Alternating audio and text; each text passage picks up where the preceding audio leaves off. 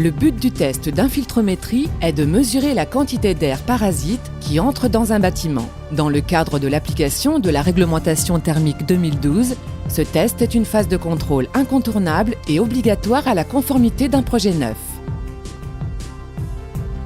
La première étape de ce test consiste à obturer temporairement l'ensemble des entrées d'air volontaires du logement. Le bâtiment est préparé en occultant les entrées d'air, telles que les bouches de ventilation, ou encore les évacuations d'eau usée. Les siphons sont remplis d'eau afin de limiter les passages d'air et d'assurer le bon déroulement du test de perméabilité à l'air.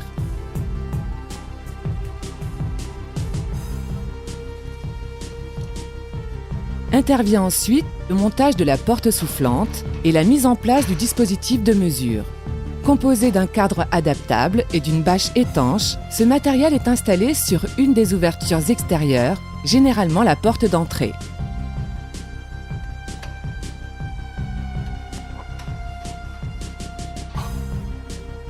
Une fois la porte mise en place, le ventilateur est positionné, relié à l'appareillage de mesure, lui-même connecté à un logiciel de perméabilité à l'air. Le test démarre. Le principe de l'infiltrométrie est de mettre le bâtiment en dépression ou en surpression à l'aide du ventilateur. Le logiciel déterminera ensuite le niveau d'étanchéité du bâtiment, traduit par le coefficient Q4. Pour respecter la RT 2012, la valeur du Q4 PSURF ne doit pas excéder 0,6 m3 par heure par mètre carré. Le test ainsi réalisé permet de démontrer la conformité du projet aux règles de construction et de valider la qualité de la mise en œuvre.